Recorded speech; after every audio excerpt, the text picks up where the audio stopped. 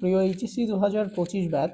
So কিছুদিন পর তোমাদের টেস্ট পরীক্ষা এবং তারপর তোমাদের ফাইনাল পরীক্ষা শুরু হবে। সো তোমরা অনেকেই জানো যে তোমাদের জুন মাসের শেষ সপ্তাহ থেকে তোমাদের ফাইনাল পরীক্ষা শুরু হবে।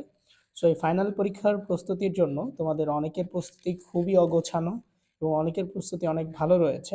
সো যাদের প্রস্তুতিটা একদম অগোছানো রয়েছে, তোমরা বুঝতে পারছো না যে কি পড়বা, কোথা থেকে পড়লে better, so A to Z. So আজকে আমরা তোমাদের জন্য একটা সাজেশন শিট নিয়ে আলোচনা করব। এখানে আমরা একটা সুন্দরভাবে উপস্থাপন করেছি, যেখানে তোমরা সুন্দরভাবে এ টু জেড পেয়ে যাবা।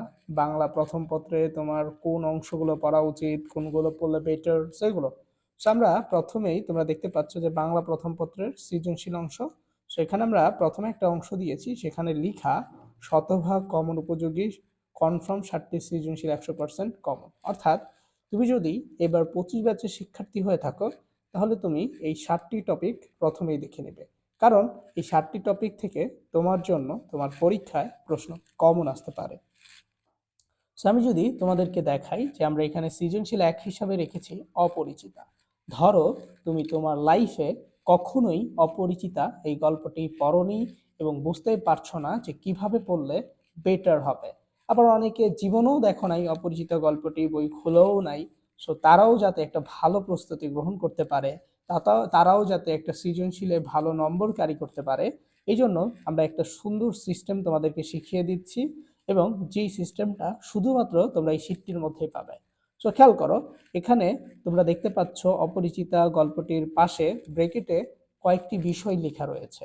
এখানে লেখা রয়েছে নারী শিক্ষা, যৌতুক প্রথা, নারী পুরুষের অধিকার। সো এই ব্যাপারগুলো দ্বারা আসলে কি ইঙ্গিত করানো হচ্ছে বা এগুলো আসলে কি ইঙ্গিত করছে, এটা তোমাদের একটা কোশ্চেন হতেই পারে, তাই না? সো আমি এখন যদি বলে দেই, তোমাদের ধারণাটা একদম সুস্পষ্ট হয়ে যাবে। সো এখানে খেয়াল করো, নারী শিক্ষা, তারপরে যৌতুক প্রথা, তারপরে নারী পুরুষের অধিকার।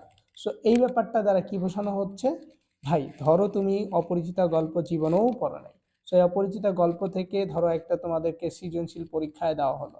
সো সৃজনশীলের মধ্যে অবশ্যই একটা উদ্দীপক থাকবে এবং ওই উদ্দীপকের কয়েকটা বিষয়বস্তু বলতে হয় ঘ নাম্বারে। সো বলা হয় যে এটা কোন বিষয়বস্তুকে ইঙ্গিত করে। যদি অপরিচিতা থেকে কোনো প্রশ্ন পরীক্ষা আসে, তাহলে যে উদ্দীপকটা থাকবে সেই উদ্দীপকটার বিষয়বস্তু হয় নারী শিক্ষাকে ইঙ্গিত করবে, অথবা যৌতুক প্রথাকে ইঙ্গিত করবে, অথবা নারী পুরুষের যে অধিকার আছে সেই বিষয়টিকে ইঙ্গিত করবে। এখন তুমি যদি উদ্দীপকটা পড়লে কিন্তু তুমি খুব সহজেই বুঝতে পারবা যে আসলে এটা নারী শিক্ষাকে ইঙ্গিত করা হচ্ছে নাকি এটা যৌতুক প্রথাকে ইঙ্গিত করা হচ্ছে। কি বুঝতে পারবে না বলো? অবশ্যই তুমি ধরতে পারবে। যখন তুমি বুঝতে পারবে এটা নারী শিক্ষাকে ইঙ্গিত করা হচ্ছে, তখন কিন্তু তুমি নারী শিক্ষা নিয়ে লিখতে পারবা। যখন তুমি দেখবা যে এটা যৌতুক প্রথাকে ইঙ্গিত করা হচ্ছে, তখন তুমি যৌতুক প্রথা সম্পর্কে লিখতে পারবা। আর যখন তুমি ধরবা যে এটা নারী পুরুষের অধিকার সম্পর্কে বলা হয়েছে, তাহলে তুমি এইটা সম্পর্কেও লিখতে পারবা। তাহলে আমরা সর্বোপরি তোমাকে যে বিষয়টি বলছি সেটা হচ্ছে যে ব্রেকেটে যেগুলো লেখা আছে এগুলোর মাধ্যমে খুব সহজেই তুমি একটা গদ্য পদ্য না পড়েও সেটার পূর্ণাঙ্গ অ্যান্সার করতে পারবে। তারপর আমরা যদি 2 নাম্বার সৃজনশীলটা একটু দেখাই, সেখানে লেখা 52 দিনগুলি। সো 52 দিনগুলি থেকে যদি কোনো কোশ্চেন আসে, সেটা হয় ভাষা আন্দোলনকে ইঙ্গিত করবে, অথবা দেশপ্রেম, অথবা জাতীয়তাবোধ। অর্থাৎ এই কয়েকটা বিষয়কে অবশ্যই ইঙ্গিত করবে। দেন 3 নাম্বার যে বিষয়টি খেয়াল করো, এখানে বিদ্রোহী কবিতা। সো বিদ্রোহী কবিতা থেকে যদি কোনো প্রশ্ন আসে, তাহলে সেটা মানবতাবোধ অথবা মানব ধর্মকে ইঙ্গিত করবে। যেমন তোমাদের ধরো একটা উদ্দীপক দিয়েই দিতে পারে, সব লোকে কয় লালন কি জাত সংসারে, লালন কয় জাতির কুরুপ দেখলাম না দুই অন্তরে। অর্থাৎ এখানে কি ফুটে উঠেছে? সো এই ধরনের একটা উদ্দীপক দিয়ে দিতে পারে, অথবা এটা দিতে পারে, সবার উপরে মানুষ সত্য তাহার উপরে নাই। ঠিক আছে, অর্থাৎ এখানে মানব ধর্মকেই প্রাধান্য দেওয়া হয়েছে। আবার এইভাবেও আসতে পারে যে জগৎ জুড়ে এক জাতি আছে, যে জাতির নাম মনুষ্য জাতি। ঠিক আছে, সো এভাবে দিতে পারে। যখন এই বিষয়গুলোকে ইঙ্গিত করা হবে, তখন কিন্তু তুমি বুঝতে পারবে যে বিদ্রোহী কবিতার মানবতাবোধকে ইঙ্গিত করা হয়েছে বা মানব ধর্মকে ইঙ্গিত করা হয়েছে। তখন কিন্তু তুমি ঝটপট সুন্দর করে উত্তরটি লিখে রাখতে পারবে বা উত্তরটি লিখে ফেলতে পারবে। ঠিক বলো, পারবে না তুমি? অবশ্যই পারবে। তারপরে খেয়াল করো, এবার সৃজনশীল চতুর্থে আমরা তাহারই পরে মনে কবিতা লিখেছি। সো তাহারই পরে মনে থেকে যদি কোনো প্রশ্ন আসে, সেই সৃজনশীলের বিষয়বস্তু হয় স্মৃতিচারণ বা শোক বেদনা, অথবা উদাসীন মনোভাব, এগুলোকে নির্দেশ করবে। ধরো ফেব্রুয়ারি 69 এটা যদি তোমাদের পরীক্ষা আসে, সেটা হয় ভাষা আন্দোলনকে নির্দেশ করবে অথবা দেশপ্রেমকে নির্দেশ করবে। তারপর বিলাসী থেকে যদি কোনো প্রশ্ন আসে, হয় সেটা তোমাদের ন্যায় বিচার বা উদার মানবিকতাকে ইঙ্গিত করবে। এবং তোমরা যদি দেখো যে রেইনকোট থেকে কোনো প্রশ্ন আসে, তাহলে সেটার উদ্দীপকের বিষয়বস্তু 1971-এর মুক্তিযুদ্ধের চেতনাকে ইঙ্গিত করবে। তাহলে আমরা এই জিনিসটা বলতেই পারি যে রেইনকোট থেকে কোনো কোশ্চেন আসা মানে সেটা 1971 সালের মুক্তিযুদ্ধের চেতনাকেই ইঙ্গিত করে ফেলবে।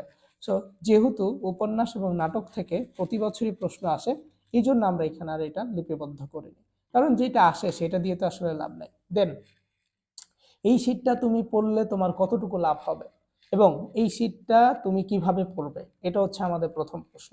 দেখো, তুমি যখন এই শীটটা খুলবে তখন প্রত্যেকটা গদ্য পদ্যের ভেতরে একটা অংশ পাবা তোমরা, সেই অংশটার নাম হচ্ছে যা জানা ফরজ নামে একটা অংশ।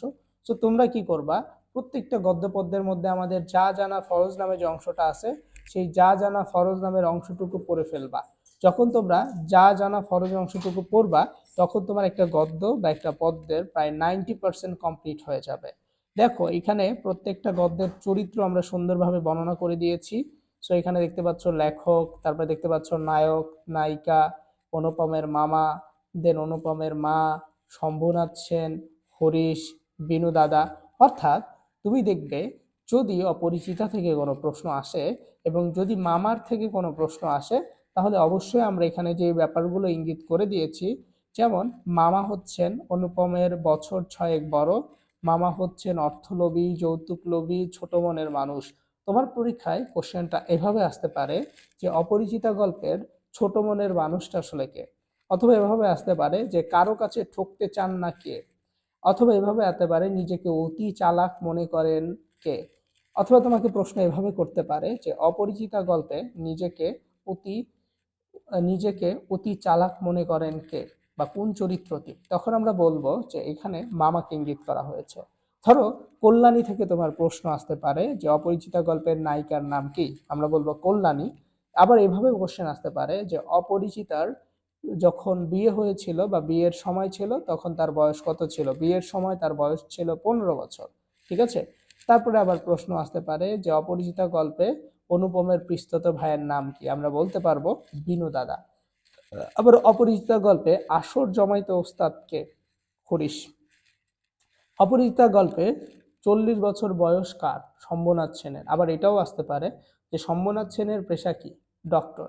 সো তোমাদের পরীক্ষায় প্রশ্নগুলো এভাবে আসতে পারে। তাই আমরা তোমাকে বলবো প্রথমেই তোমরা যে কাজটি করবা সেটা হচ্ছে প্রত্যেকটা গদ্য পদ্যের যে যা জানা ফরজ অংশটুকু আছে এটা পড়ে ফেলবা। এটা পড়ে ফেললে তোমার মোটামুটি 80% কমপ্লিট হয়ে যাবে। সো এটা অবশ্যই পড়তে হবে। দেন এছাড়াও আমাদের এখানে অনুধাবন, জ্ঞানমূলক প্রশ্ন আছে, সৃজনশীল প্রশ্ন আছে, এমসিকিউ আছে। বাট আমরা বলছি, সো যেহেতু আমাদের এই শীটে সবকিছুই আছে, সৃজনশীল, জ্ঞানমূলক, অনুধাবন, উদ্দীপকের বিষয়বস্তু যে কিছুই আছে, সো তুমি একটা কাজ করবা, সেটা হচ্ছে যে অবশ্যই এই কাজটা করবা। দেখো বিলাসী থেকেও ঠিক একইভাবে প্রত্যেকটা চরিত্র দেওয়া আছে, চরিত্র থেকে কি কোশ্চেন আসতে পারে সেটা দেওয়া আছে। ঠিক আছে, দেখতে পাচ্ছ তোমরা। সো জ্ঞানমূলক, অনুধাবন। সো আমি তোমাদেরকে বলবো যাদের প্রস্তুতি একদমই গোছানো নয়, বুঝতে পারছো না কিভাবে পড়বা, তোমরা চাইলেই এই শীটটি কালেক্ট করতে পারো। সো আমাদের এই শীটটার মূল্য হচ্ছে 140 টাকা। বাট তোমরা যদি এখন আমাদের কাছ থেকে এই শীটটি নাও, তাহলে তোমরা অফার মূল্যে নিতে পারবে। সো অফার মূল্য হচ্ছে মাত্র 70 টাকা, এবং 70 টাকা দিয়ে এই পিডিএফ সাজেশন শীটটি পড়লে আমি আশা করছি যে তোমার বাহির থেকে আর কোনো কিছু পড়ার প্রয়োজন হবে না। সো যারা অলরেডি আমার এই ভিডিওটা দেখছো, অলরেডি তোমরা বুঝে গেছো যে আসলে এটা কি গুরুত্বপূর্ণ নাকি গুরুত্বপূর্ণ না, এটা কি প্রয়োজনীয় নাকি প্রয়োজনীয় না, এটা কিন্তু অলরেডি তোমরা বুঝে গেছো। সো তোমাদের যাদের প্রয়োজন আছে শীটটি নেওয়ার জন্য, তোমরা আমাদের এই ভিডিওর যে ডিসক্রিপশন আছে, সো ডিসক্রিপশনে আমাদের মোবাইল নাম্বার পাবে, হোয়াটসঅ্যাপ নাম্বার। সো হোয়াটসঅ্যাপে যোগাযোগ করবে, হোয়াটসঅ্যাপে যোগাযোগ করে এই পিডিএফটি তোমরা কালেক্ট করতে পারো। সো আশা করছি তোমরা এই পিডিএফটি কালেক্ট করলে তোমরা কি করতে পারবে, অনেক ভালো কিছু করতে পারবে। ঠিক আছে। এবং তোমরা যারা আমাদের স্টুডেন্ট আসো, তোমরা এটা পড়তে পারো, এতে করে তোমাদের অনেক বেশি লাভবান হবা তোমরা, আমরা আশা করছি। সো ভালো থাকো, সুস্থ থাকো, এবং এই পিডিএফটা ভালো করে পড়বা, সবাই কালেক্ট করবা, এমন কেউ বাদ থাইকো না। আমি আশা করছি সবাই কালেক্ট করবা, কারণ সবাই কালেক্ট করলে সবাই ভালো কিছু করতে পারবা ইনশাআল্লাহ।